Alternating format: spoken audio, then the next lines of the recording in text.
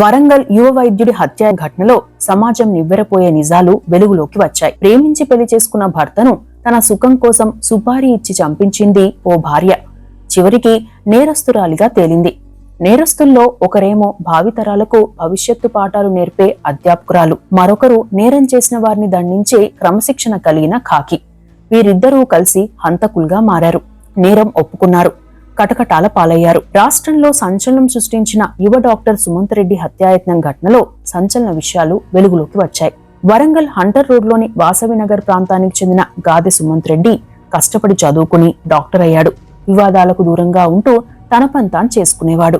ఈయన వైద్య విద్య పూర్తయిన సొంత ఊళ్ళోనే కొన్నాళ్లు సేవలు అందించాలనుకున్న ఉద్దేశంతో వరంగల్లోనే కొన్నాళ్లు జనరల్ ఫిజిషియన్ డాక్టర్ గా చేశారు. వీరు క్రైస్తవ మతం కావడంతో అప్పుడప్పుడు చర్చికి వెళ్లేవారు సుమంత్ రెడ్డి. ఈ క్రమంలోనే ఆయనకు ఫ్లోరా మరియా అనే అమ్మాయి పరిచయమైంది. ఆమె కూడా ఉన్నత విద్యావంతురాలే. అప్పటికి ఆమె ఓ చిన్న స్కూల్లో టీచర్ గా చేసేది.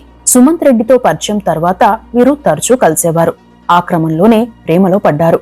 3 ఏళ్ల పాటు ప్రేమలో ఉన్న తరువాత 2016లో పెద్దలను ఒప్పించి పెళ్లి చేసుకున్నారు.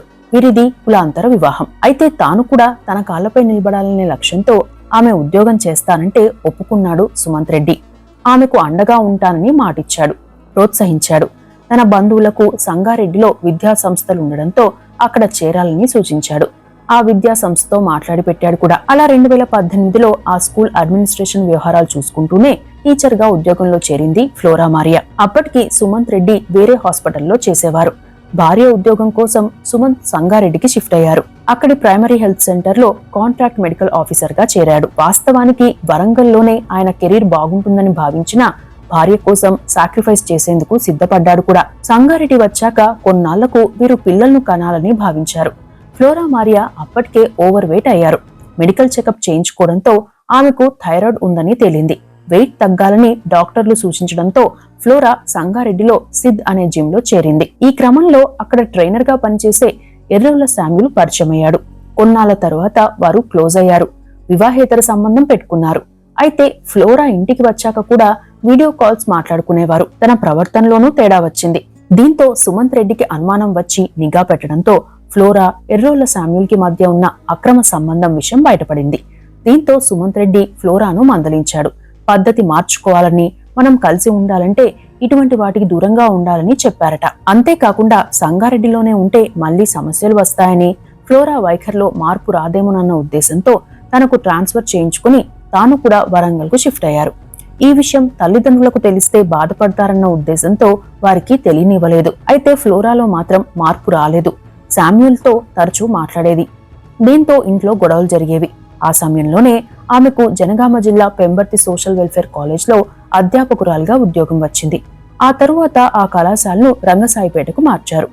తాను కాలేజ్కి వెళ్లి వస్తున్నా అప్పుడు ఉద్యోగం పేరుతో బయటకు వెళ్లి సెలవు పెట్టి శామ్యూల్ ని కలిసేవారు. ఈ విషయం కూడా సుమంత్ రెడ్డికి తెలిసింది. పద్ధతి మార్చుకోకపోతే విడాకులకు సిద్ధం కావాలని చెప్పారట. అప్పుడు విడాకులకు ఒప్పుకోలేదు ఫ్లోరా. అప్పటి నుండి వీలైనంత ఎక్కువసేపు శామ్యూల్ తో గడిపేది. తరచూ ఇంట్లో గొడవలయ్యేవి. అంతటితో ఆమె ఆగలేదు. భర్త లేనప్పుడు తన ఇంటికే శామ్యూల్ ని రప్పించుకునేది. ఈ విషయం తెలిసిన సుమంత్ రెడ్డి పలుమార్లు వార్నింగ్ ఇచ్చాడట. అయినా సరే సుమంత్ రెడ్డి ఆసుపత్రిలో బిజీగా ఉంటున్న టైంలో ఫ్లోరా తన ప్రియుడితో గడిపేది. అయితే కొన్నాళ్ల తరువాత ఇదే విషయంలో ఇద్దరి మధ్య గొడవలయ్యేవి.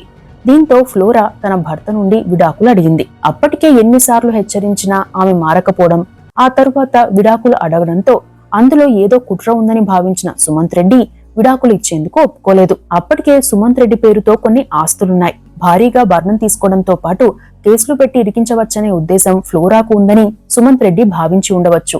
దీంతో విడాకులు ఇచ్చేందుకు ఒప్పుకోలేదు. తనతో కలిసి ఉండాలని భావించారు. అయితే ఫ్లోరా మాత్రం ఏకంగా మర్డర్ ప్లాన్ వేసేసింది. భర్తను వదిలించుకుంటే తన అక్రమ సంబంధానికి అడ్డం తొలగిపోవడంతో పాటు ఆయన పేరుతో ఉన్న ఆస్తులు కూడా దక్కుతాయని కుట్ర పన్నింది. తన భర్తను అడ్డు తొలగించుకుంటే తాము హ్యాపీగా ఉండవచ్చని శామ్యూల్ కి చెప్పింది. ఇందుకు శామ్యూల్ కూడా అంగీకరించాడు. దీంతో శామ్యూల్ కి ₹1,00,000 అడ్వాన్స్ గా ఇచ్చిన ఫ్లోరా తమ రిలేషన్ కు విచ్చలవిడితనానికి అడ్డు వస్తున్న భర్తను వీలైనంత త్వరగా వదిలించుకోవాలని చెప్పిందట. దీంతో శామ్యూల్ తనకు పరిచయం ఉన్న సైబరాబాద్ కమిషనరేట్ పరిధిలో ఏఆర్ విభాగంలో పనిచేస్తున్న హెడ్ కానిస్టేబుల్ రాజ్ కుమార్ తో ఈ విషయాన్ని చెప్పారు. వారంతా ఓ మాస్టర్ ప్లాన్ వేశారు. నేరం చేస్తే తమ చేతికి మట్టి అంటకుండా ఉండాలని, ఎవరూ అనుమానించకూడదని, అప్పుడే పలు విధాలుగా లాభం ఉంటుందన్న ఉద్దేశంతో రకరకాల ప్లాన్లు ఆలోచించారు. అయితే ఫ్లోరా మరో ప్లాన్ చెప్పింది. ఆ ప్లాన్ ప్రకారం పలు ప్రాంతాలను పరిశీలించారు, రెక్కీ కూడా నిర్వహించారు. వారి ప్లాన్లో భాగంగా ఫిబ్రవరి 19వ తేదీన Samuel AR head constable Raj Kumar bike పై సంగారెడ్డి నుండి కాజీపేటకు వచ్చారు. తమ ఐడెంటిటీ బయటపడకుండా ఇద్దరు హెల్మెట్లు పెట్టుకున్నారు. సుమంత్ రెడ్డి క్లినిక్ ను పరిశీలించి ఆయన అక్కడే ఉన్నట్టు నిర్ధారించుకున్నారు. సుమంత్ రెడ్డి హాస్పిటల్ నుండి ఇంటికి వెళ్లే మార్గంలో సీసీ కెమెరాలు లేవని, తమ దాడి ఎవరికీ తెలీదని భావించి బట్టుపల్లి బైపాస్ ఏరియాలోని ఓ స్కూల్ కు దగ్గరగా ఉన్న చోటును ఎంచుకున్నారు. అంతా ఓకే అనుకున్నాక సుమంత్ రెడ్డి కోసం మళ్లీ కాజీపేటకు వెళ్లి హాస్పిటల్ వద్ద కాపలా కాశారు. అయితే సుమంత్ రెడ్డి యథావిధిగా తన విధులు ముగించుకుని కారులో ఇంటికి బయలుదేరారు. సుమంత్ రెడ్డి కారును ఫాలో అవుతూ వచ్చారు ఆ ఇద్దరు. ఇక తాము ముందుగా ఎంచుకున్న స్పాట్ అంటే బట్టుపల్లి ఎస్ఆర్ ప్రైమ్ స్కూల్ వద్దకు రాగానే సుమంత్ రెడ్డి ప్రయాణిస్తున్న కారును వెనుక నుండి ఢీకొట్టారు. దీంతో Sumanth Reddy car tail light ధ్వంసమైంది. తన కారుకు యాక్సిడెంట్ అయిందన్న ఉద్దేశంతో కారును ఆపాడు సుమంత్ రెడ్డి. ఈలోగా ఆ ఇద్దరు సుమంత్ రెడ్డి వద్దకు అంటే డ్రైవింగ్ సీటు పక్కకు వచ్చి వాదనకు దిగారు. వారు హెల్మెట్ పెట్టుకుని ఉండడంతో అనుమానం వచ్చిన సుమంత్ రెడ్డి ముందుగా కారు దిగేందుకు సాహసించలేదు. వారు వాగ్వాదం ఆపి మాట్లాడేందుకు రమ్మన్నట్టుగా వ్యవహరించడంతో కారు దిగాడు.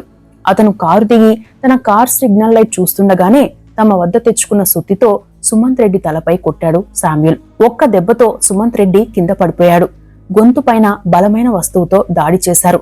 ఆయన కింద పడిపోయాక కూడా 3 సార్లు తలపై విచక్షణారహితంగా దాడి చేశారు. దీంతో ఆయన అపస్మార స్థితిలోకి వెళ్లిపోయాడు.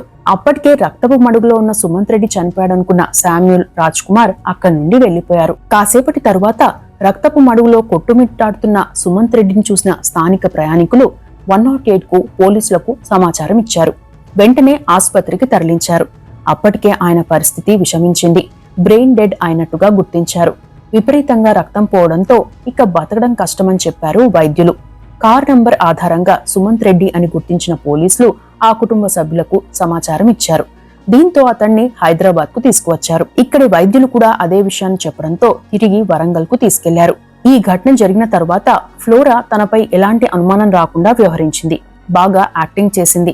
అయితే సుమంత్ రెడ్డి తండ్రి సుధాకర్ రెడ్డి ఈ అంశంపై పలు అనుమానాలు వ్యక్తం చేస్తూ పోలీసులను ఆశ్రయించారు. అప్పటికే తమ దృష్టికి వచ్చిన కొన్ని అంశాలు చెప్పారు. దీంతో పోలీసులు పలు కోణాల్లో దర్యాప్తును ప్రారంభించారు.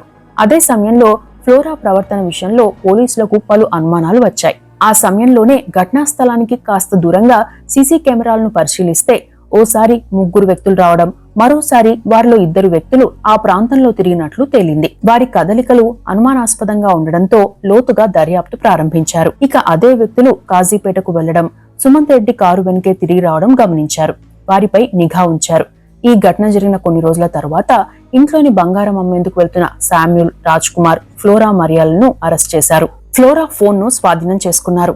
ఆ ఫోన్ లో వారి మధ్య జరిగిన chat, call list, video calls అన్ని బయటపడ్డాయి. కొంత డేటాను అప్పటికే ఫ్లోరా డిలీట్ చేసినా మళ్లీ రిట్రైవ్ చేశారు. ఆ డేటాతో వివాహేతర సంబంధమే ఈ రక్తపు మరకలు వెనుక ఉన్న అసలు నిజం అని తేల్చారు. ఈ ఆధారాలతో ఫ్లోరాను తమదైన శైలిలో విచారిస్తే ఫ్లోరా పనిన కుట్ర బయటపడింది. అంతేకాకుండా ఈ హత్య కోసం ₹1,00,000 శామ్యూల్ కి ట్రాన్స్ఫర్ చేశాక అతను 50,000 రాజ్ కుమార్ కిచ్చారు. సుమంత్ రెడ్డిని అడ్డు తొలగించి తమకు ఏ ఇబ్బంది రాకుండా చూస్తే ఇల్లు కట్టిస్తామని కూడా ఏఆర్ కానిస్టేబుల్ కు ఫ్లోరా హామీ ఇచ్చిన విషయం కూడా వెల్లడైంది. ఈ హత్య కోసం సదరు కానిస్టేబుల్ 3 రోజులు సెలవు పెట్టారట కూడా. అయితే హత్య చేసి ఈజీగా తప్పించుకోవచ్చని భావించి ఓ యువ వైద్యుడిని పొట్టన పెట్టుకున్న వారు మాత్రం చట్టానికి చిక్కారు, కటకటాల్లో ఉన్నారు. ఈ case మిస్టరీని CI Venkatratnam, SI Suresh ఛేదించారు. ఇక సుమంత్ రెడ్డి చికిత్స పొందుతూ శుక్రవారం మృతి చెందారు. మొత్తం మీద మంచి ప్రొఫెషన్ లో ఉన్న భార్యాభర్తలు హ్యాపీగా లైఫ్ ను లీడ్ చేసే అవకాశం ఉన్నా శారీరక సుఖం కోసం దారి తప్పిన ఫ్లోరా ఏకంగా తన భర్తనే చంపించింది. ప్రేమించి పెళ్లాడిన భర్తను బలి తీసుకుంది. చివరికి జైలుకు వెళ్లాల్సి వచ్చింది. అదే సమయంలో ఈ నేరంలో పాలు పంచుకున్న వారు కూడా జైలుకు వెళ్ళక తప్పదు. అయితే ఆ నేరస్తులు చేసిన పనుల కారణంగా వారి కుటుంబ సభ్యులు అన్ని రకాలుగా ఇబ్బందులు పడ్డమే కాదు, మానసిక వేదన కూడా భరించాల్సి వస్తుంది. అటు ఫ్లోరా కూడా తన జీవితాన్ని చేజేతులా నాశనం చేసుకుంది. ఇక తాను ప్రేమించిన అమ్మాయితో జీవితాంతం కలిసి ఉండాలని కోరుకున్న సుమంత్ రెడ్డి తన భార్య, ఆమె ప్రియుడు చేసిన కుట్రలకు బలయ్యారు. అతని కుటుంబ సభ్యులకు కడుపు కోత మిగిల్చారు. మొత్తంగా చూస్తే నియంత్రణ లేని కోర్కెలు, విచ్చలవిడితనం, డబ్బు ఆశ 4 కుటుంబాలను చీకట్లోకి నెట్టింది. అదే సమయంలో సినిమాను మించిన మలుపులు ఉన్న ఈ కేసును ఛేదించిన పోలీసులకు మరోసారి హ్యాట్స్ ఆఫ్ చెప్పవచ్చు.